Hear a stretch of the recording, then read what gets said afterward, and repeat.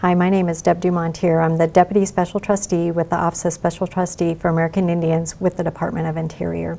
I'm also a licensed attorney with the state of Montana. And I want to welcome you and thank you for being part of this continuing legal education. It's a very important topic, and we're going to be providing today just an overview of the Indian will drafting and the Indian estate planning. There will be very talented and expert individuals following me. They're going to go more in depth into many of the things that we're talking today. But part of what I wanted to do today was really just provide an overview of the federal Indian law policy, the fiduciary role of the federal government, the federal administrative process, the trust reform that we've been experiencing, the legislation that has been passed to try to address some of the fractionation and recognition of some of the issues that basically federal policy in the past have created. The Indian Land Consolidation Act and amendments, the American Indian Probate Reform Act, which basically is what this CLE is going to be covering in depth. And also just touch a little bit on the Cobell settlement and the land buyback program. So this is a map of Montana, and you'll see there is 7 federally recognized reservations in Montana. There's 1 state recognized, but you can see all the Aboriginal territory and all the Indian influence within the state of Montana.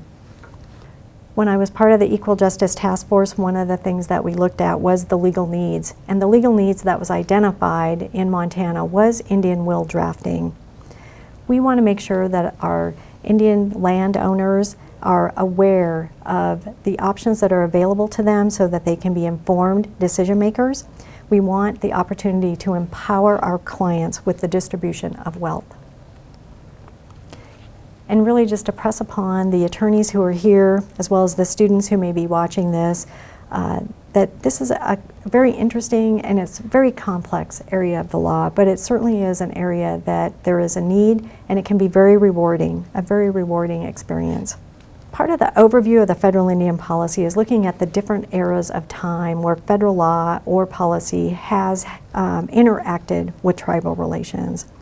And we start with treaty making from the very beginning when the federal government had the policy to negotiate with tribes, tribes retroceded lands.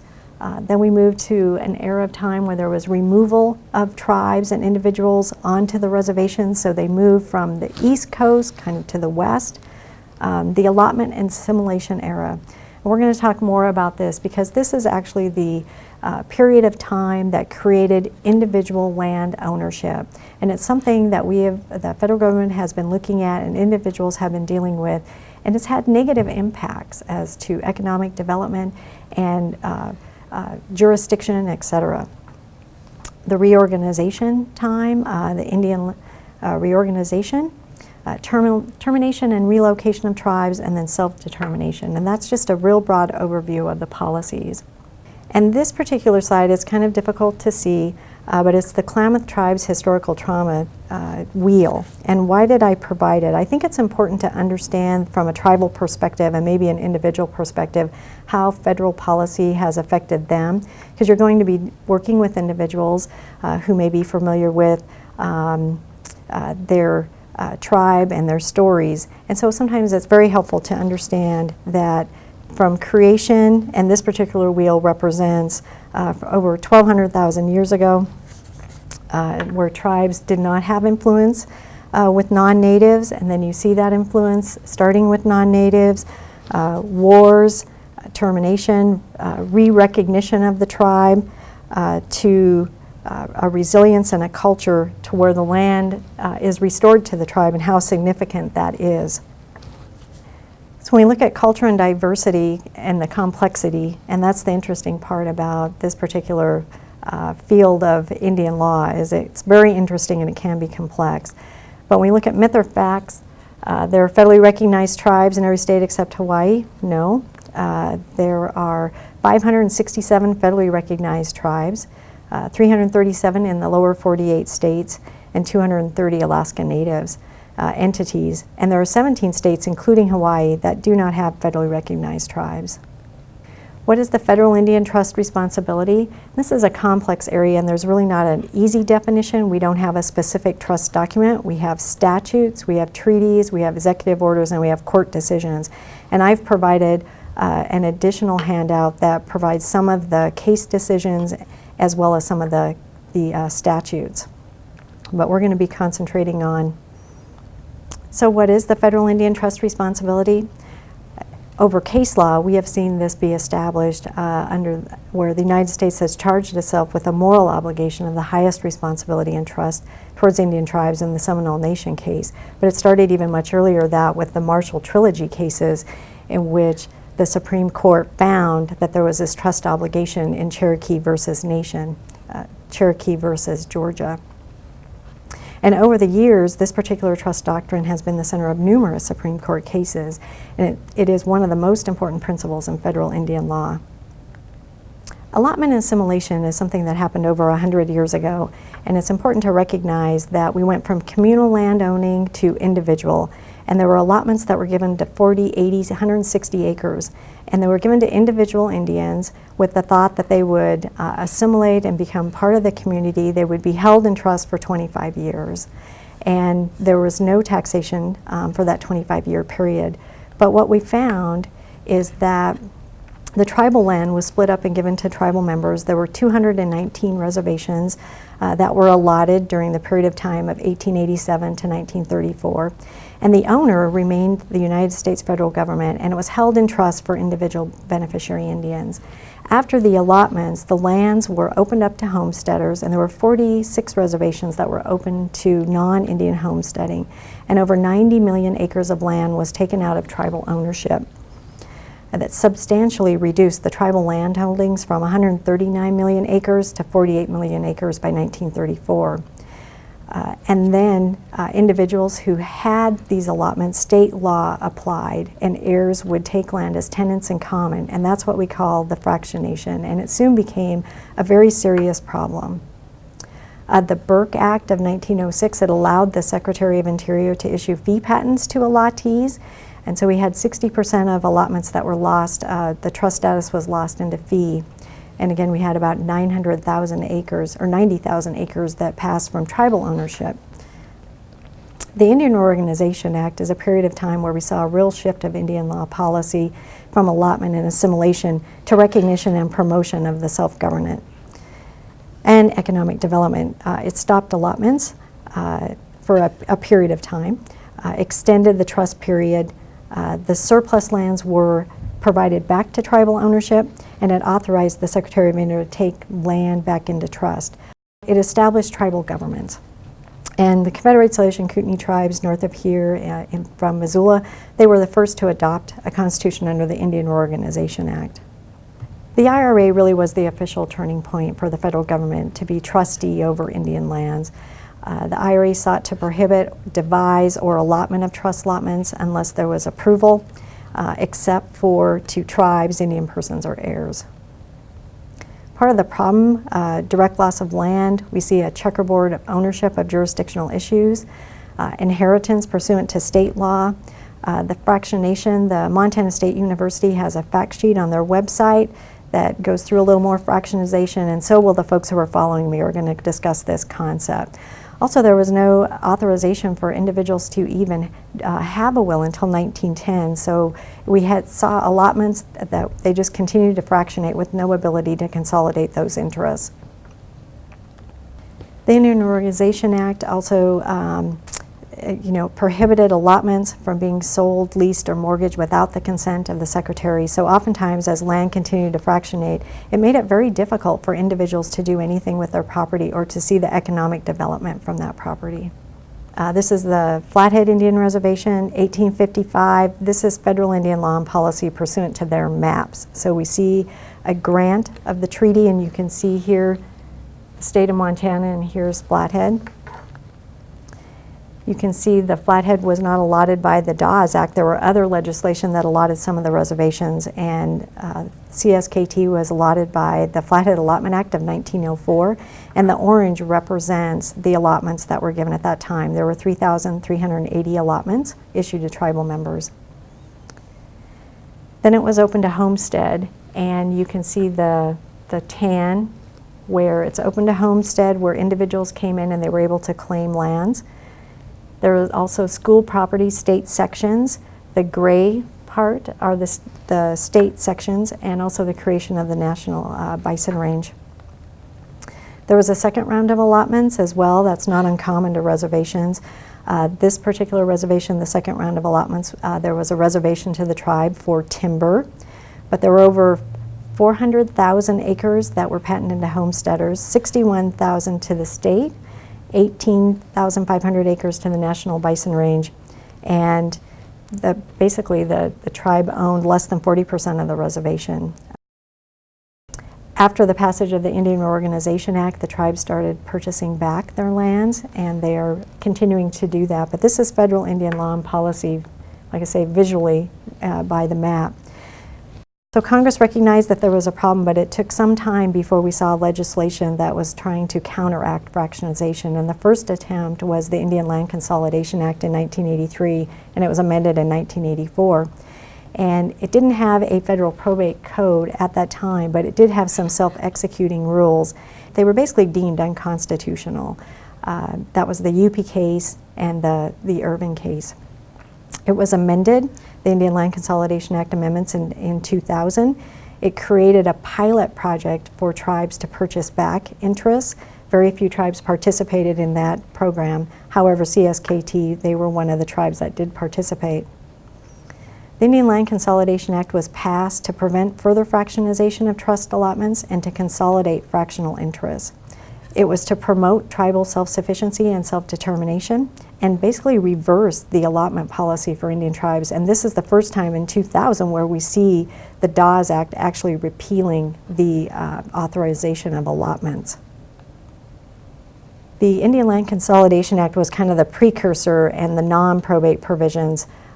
We also see the American Indian Probate Reform Act of 2004, and we're going to hear a lot more from that from Judge Waits. It addressed many of the objections that were raised by Indian country. It created a federal probate code.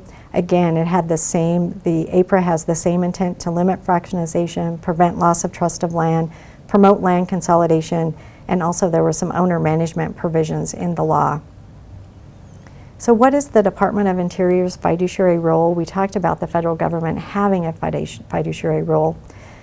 The Indian Trust encompasses about 56 million acres of land, about 56 million of subsurface mineral estates. About 10 million of these acres belong to individual Indians. About 46 million is held in trust for tribes. Interior also has the responsibility to manage the trust funds that are generated from these lands. The Office of Special Trustee, the office where I work, manages about 400,000 individual Indian monies accounts, about 3,000 accounts for tribes, for more than 250 federally recognized tribes.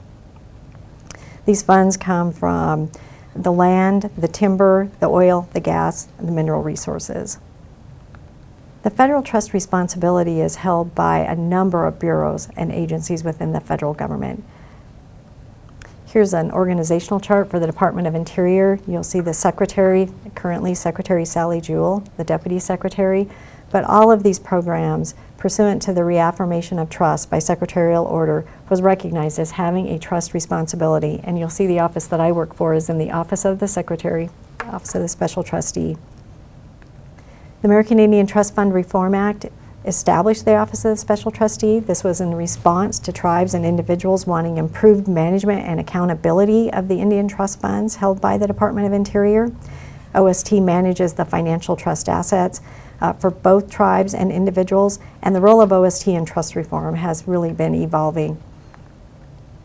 We had re-engineering of Indian trust, the systems. We had an as-is project to really understand the way the trust processes were being administered to the 2B to try to improve and streamline those processes.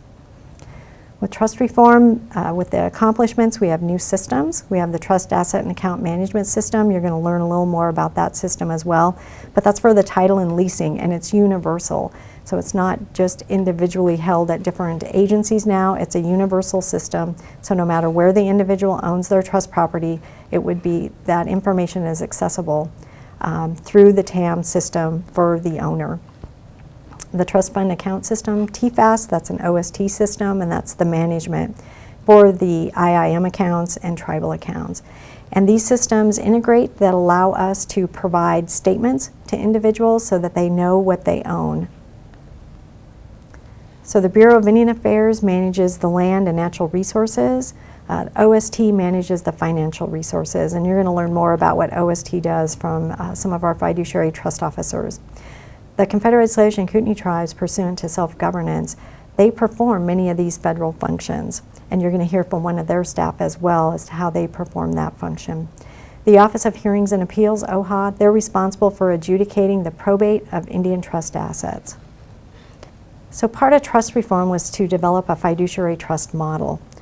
Automated systems, risk management, policies and procedures, records management, training, workforce planning, and fiduciary security and internal controls. And you'll see all the different functions, but in the middle is the resource and the individual's beneficiaries. Some of the trust reform systems, some of our acronyms, and you're going to learn more about those today as well. Our Trust Beneficiary Call Center, we call it the TBCC. It's located in Albuquerque and was part of the Comprehensive Trust Management Plan. And it was an attempt to provide a one-stop shop for individuals to call about their trust assets. They have been in place since 2004. They have logged over 1.7 million calls, and their average first-line resolution rate is about 97 to 98%.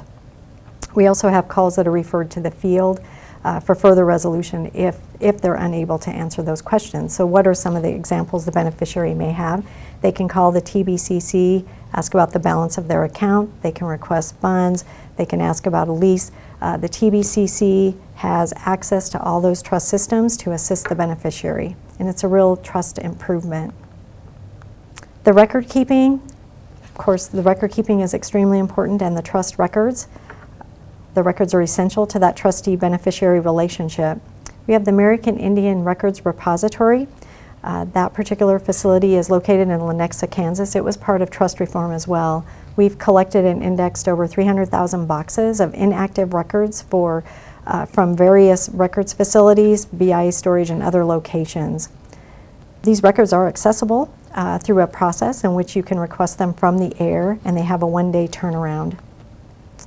And this is just a picture of it's basically a cave, literally, and it's an economical way to be able to store records. The climate is always controlled, and we have an office there, and that they're indexing records. And they're stored in boxes. We're trying to modernize this process as well by digitizing records, and that'll be something that we'll be continuing to work on as part of our trust reform improvement. One of the reasons that we have seen attention to trust reform and funding for those initiatives is that the federal government was sued. We call it the Cobell lawsuit. And here is a picture of the late Eloise Cobell with President Barack Obama. That particular lawsuit was settled in 2009. It was a $3.4 billion settlement. Part of that settlement, $1.9 billion, was set aside to purchase fractionated interest from willing sellers at fair market value, and there's a 10-year time period. The land buyback program has been purchasing interest. They've been in Montana at a few of the reservations, and will be continuing that program throughout the nation for the eligible tribes, and purchasing interests that were held from individuals in trust, and that will be turned over or basically put into the title of the tribe with jurisdiction of that land. There's a lot of information about land buyback. They've been doing a great job. They have a status report for more information, and I have those websites. So here's another map of Montana and the ownership by color, and you can see the reservations in the maroon.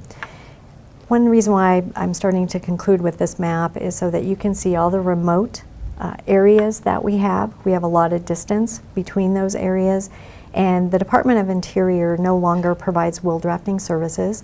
So the Department of Interior, through the Office of Special Trustee, we have been collaborating with law schools, with associations like the Montana AAA, Legal Services, to provide estate planning to individuals.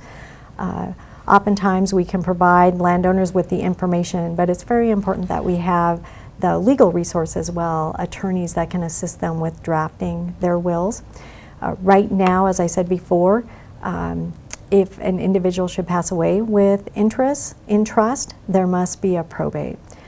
There are opportunities for us to be able to inform the Indian landowner so that they know what their options are. Could be land buyback, could be estate planning, could be gift deeding, and those are some of the things that you're going to learn about today as well. So why is Indian estate planning important? It's our opportunity to educate, inform, and assist Indian landowners, to help them understand the process and the terms, to assist them to facilitate transfers of their trust interest to their heirs or devisees. It's also an opportunity to discuss the potential impacts of APRA. You will learn the American Indian Probate Reform Act. It's a federal probate code, and it does have tools that are there to attempt to limit the fractionation of interest. So it's very important that individuals have an opportunity to have a will, to have an increased use of the wills, and also an opportunity to reduce the complexity and the quantity of Indian estates that pass intestate through the probate process. And there are some other tools that we can use if the landowner is informed. If they're eligible for land buyback, that's one. There's gift deeding as well as will drafting. These are some helpful websites. The Office of Special Trustee has some information. The Land Buyback Program, as I referred to earlier, they have their status report there. The Bureau of Indian Affairs, and again, our Trust Beneficiary Call Center.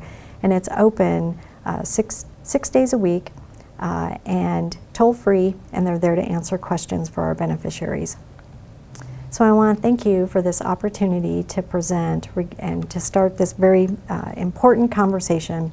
The overview, I know, was very high level, and I think it's very important that we have the opportunity to understand that wills are very powerful documents.